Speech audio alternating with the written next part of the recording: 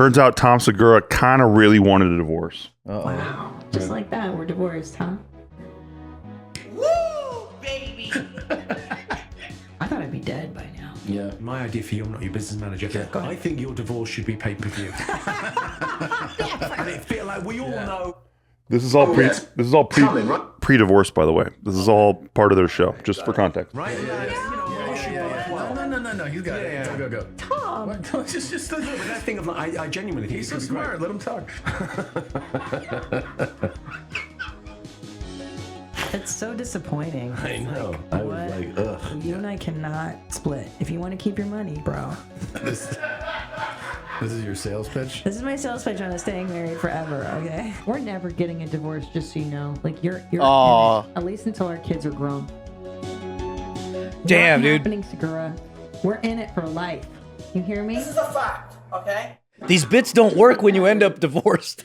Damn. You know what I mean? Because now it seems like, oh, he's wanted it all along. He was just joking about it because he was too cowardly to do it. It's tough, right? Yep. It's a tough look. And like Bart was saying to me this morning, he's like, it's really not great that she, on her end, she's talking all soft about it and how it's painful and hard. And then he's just doing bits about it like nonstop. Yeah, because she's having vulnerable moments about it. So it's like, you know, like I'm a big fan of both of them, right? Yeah. And then so I'm, okay, cool. Like you see this power couple. One, it's rare to see power couples. Two, it's rare to see power couples in the same industry, especially comedians. You just don't really see that. So you see like this almost unicorn anomaly thing play out, and then you see them build like their whole network, your mom's house or your mama's house or whatever, that whole thing. And you're like, cool, awesome, they're killing it, they're rocking, and I can't wait to see them come out with more Netflix specials and maybe get a Mark Twain award or just continue to skyrocket. Then the most tragic thing happens, which is they break up and like, fuck, everyone's like, oh, it's like, you know, watching fucking... when people are so invested in Game of Thrones or Friends and they see their favorite characters break up and you're like, well, that's life. So now you're like, well, if that's part of your life and you're going to dive deep into it, then you see Christina go super deep, super vulnerable. She's taking it very seriously. And you're like, okay, cool. I could see like, you know, how, you know, people, they outgrow each other. You went through cancer, a lot of crazy shit. Then you see him and he's just fucking around, not being serious at all. And you're like, damn, did he ever take it as seriously as she did? And it just makes you look at it weird. Well, and when you see videos like this of them throughout their marriage, throughout their partnership, and he's doing constant bits about like getting divorced with her, it kind of hits really hard now, right? Yeah. That's the price you pay, really, you know? If you get divorced, everything gets scrutinized under a different lens later on. No, totally. That's like joking about being a pedo and then you actually you get caught for being one and then people are like, oh my God, what the fuck? Yeah, well, because that's why, I think that's what gets you that lease, like us. Like, we'll joke about hoes and sluts and shit because it's so far-fetched. From who we are. Exactly, because we're all happily fucking married. But then, like, if something were to happen to one of caught us... again or something. Yeah, right? Then you're like, fuck, dude. Yeah, Anthony shouldn't joke about that stuff. But he never does because he's careful. Like, I think you earn that right. You know what I mean? Yeah, you earn the right to joke because you have the opposite, and the juxtaposition is what makes it funny. Yeah. It's kind of like when Bart was at his leanest and like pretty cut, we used to call him fat as fuck. That's sick. Because it's the opposite that makes it so funny. In that case, everyone at the time believed they're a great power couple. They love each other. Yeah, so it's funny to make those jokes. Joke about divorce, yeah. But Anthony's such a good looking cat too. If he was to do those bits, it's just like, shut up, dude. Shut the fuck up. Like, I'm a goofy looking son of a bitch. If I make those bits, it's a totally different thing. Nobody's like, that guy's slaying ass out there. Yeah, that's true. Anthony has accusations coming no matter what. Oh, no matter what happens, dude. Exactly. Going to the grocery store. He's our Tom Segura. Yeah. Do you guys believe in the whole like glow up thing where he was like, you know, he was maybe not as attractive and then now because he's like this new person and he's in movies that maybe that up to stock. So I actually do. I actually believe in that, yeah. Because it could be the combination of like, what if he's been thinking about it like with this evidence, right? Where people are digging up. It's what if he's been thinking about this, but that gave him the courage to be like, oh, actually, I'm getting attention from women now. I can see a new life. And then that's like the last like... Wasn't that what people say? Like, people usually glow up before a divorce and stuff like that? Or like during a divorce? Yeah, we talked about it last time when we first covered this. And that was like one of the biggest reasons we probably thought that, you know, it was like he's fit, their lifestyles change. Huge stat. When one person gets fit, the other one doesn't. there is a major breakup because the lifestyle changes too. Like, let's say they bonded over like food or something, and then they had a routine of movie night and they fucking go get junk food. And if they don't do that anymore, busy lives, all that, so then they're not spending enough time. But I think that from after this, he's probably been wanting to. I think he's had a foot out. Yeah, I think he's had a foot out. I think that there's truth in comedy a lot, and he's definitely doing bits about it because he was thinking about it. Well, that's what I thought was weird is that the biggest thing I think that most people were clued in on is he used to make so many jokes about things that you're like, oh, that's just a bit, right? And then he started going on these rants on his pod that had no jokes in it at all, and it were just serious, like stuff about the poors. You know what I mean? Like his whole thing was like the poors, and it's funny. And then he just stopped joking about it. He just started giving lectures, and people were like, "Oh, so it wasn't humor. It was like that's how you felt originally. You were just making it funny." But then people thought that it was the other way around. And now he just like changed as a person to a lot of his fans. You know what I mean? Everyone's like, "Oh, dude, you're kind of an asshole now." I kind of think he was always an asshole. Am I nuts? Really? I kind of thought so. Maybe I liked his stand-up so much in the beginning that I just thought he was such a cool. I liked it too. Oh, I'm saying it in a nice way. I think that's his whole thing, right? Is like he's being an Like he's straight up and he calls you out and like, yeah. I like him. Like I like his style. I'm just saying I think it's kind of his thing to be an asshole. Yeah, but I think he tried to. I think he had that thing going for him where people are like, "Oh, that's funny that you're an asshole." Not you're just an asshole. Yeah, I think over time he just started to like be like this to people. Like angry man shaking his fist at a cloud. Yeah, that's different from like calling someone out because they said something stupid. Well, like his reaction to the airport thing was probably what set What was the a lot of airport people thing? think. Where we talked about it last time, where it's like he had a freak out because they wouldn't check his bag. Oh, And then he started talking, like he started tweeting like all this like ranting shit in a row about like people with regular jobs and how they're just supposed to do what they're told and they can't handle it. And it was like people, shit. like his fans are probably people like that, you know? Yeah. That's like us seriously bagging on blue collar people would be like, fuck. That'd be like us bagging on TSA, who loves us, by the way. Shout out TSA. I think everybody could chase what they want, but it always like makes me sad when I see like almost their stardom and their career kind of compromise their marriage. Because on the flip side, you'll see those other, I guess, like couples like you don't remember like Justin Timberlake or Jessica Biel when they're about to have kids? They just like disappeared to Montana for 3 years. They're like, we're just gonna need time to ourselves. Or even Ryan Reynolds and Blake Lively. We're just gonna keep to ourselves for 3 to 5 years, and we're really gonna secure our new baby or build our nest or do whatever.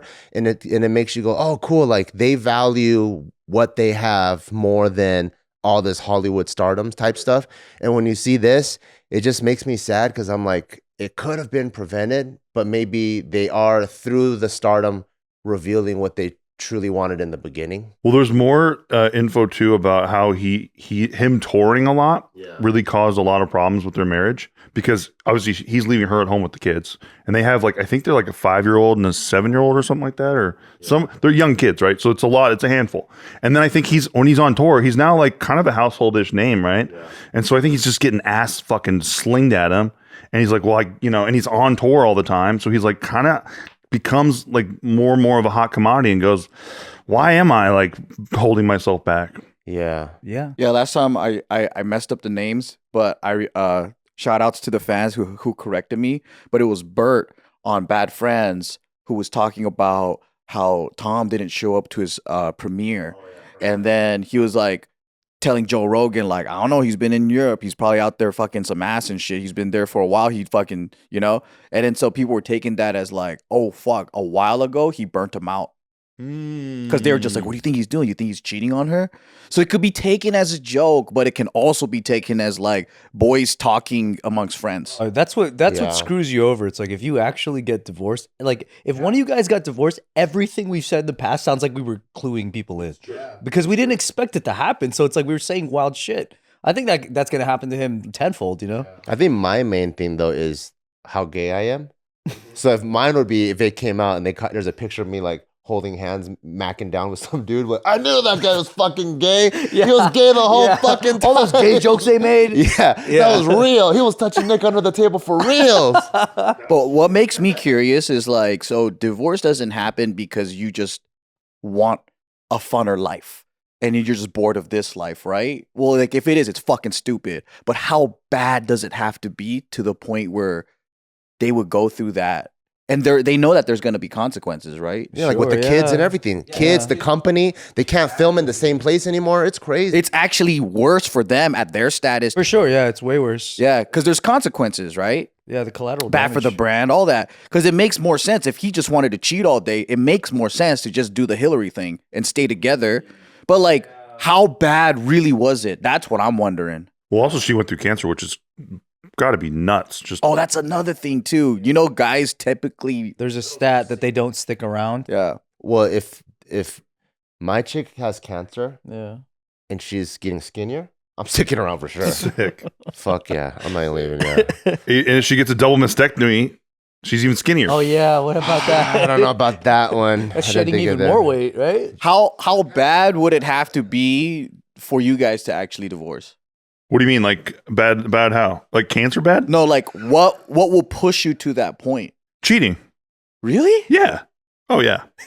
you face. Hannah, I'll give her a pass, and she'll give me a pass. Sick. Oh, you get like a demerit, and then It's contextual. We talked about it because I'm like, think about it, right? Like people, You're like, I got too horny. yeah, you could be like, together for 50 years or whatever. There's shit that happens, whatever. She's like, if you're on a trip in China, you need to do it for a business deal. You're going to fucking make $1 billion. She goes, of course, you're a high level dude. And I'm like, I never have to be in that position.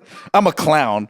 But I get it. I get it. She's like, and she goes like, if I was a politician's wife, I'd be retarded to think that he should stay like Loyal or whatever. But what if like something similar to this happened to you? Let's say that I don't know what happened to you, but you got fucking tremendously sexy out of nowhere. You're saying he's not sexy right now? No, I mean that's why I mean tremendously, like to where it was like an unreasonable amount of attraction your way And then you 10x your own personal that following? you never experienced more than ever before. Yeah, and I just pussy. do you think you would feel different about your wife if she wasn't experiencing the same insane, unreasonable glow up? What do you mean? Like if Hannah stayed Hannah and then all of a sudden I became like Daniel Henney and shit? Right. And the world is just trying to get you. Yeah, I mean, like porn stars are look at what he DMing you. looks like. Similar to this. He doesn't seem like in life he was able to get pussy. So then this is like drinking out of a fire hose where like fame, money, and pussy, and then he has a second chance at like experiencing that. Yeah, I get it, but I wouldn't take it. If his next chick is above 40, we'll delete this channel. You know what I mean? Like, it's just not gonna fucking happen. Like, there's no chance in hell. Is there a cal sheet bet on this? Yeah, you know what I mean? Chances are it's going to be 28 or something. Yeah. Exactly, dude. I really like pussy, but my marriage would have to be in like bad in combination to my glow up.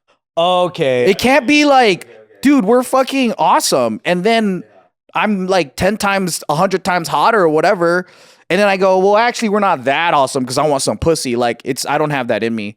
Like, if it's working great, then it's like, why ruin this shit for some pussy? You know what it also feels like? It also feels like the reason people like us and other fans probably are filling in the holes is because neither side has given a clear, this is the reason. Yeah. If it was like, this is clearly the reason why let's say he wants to really pursue his career. She's like, I actually want to come off camera. Fuck this Hollywood shit or whatever. I want to do whatever.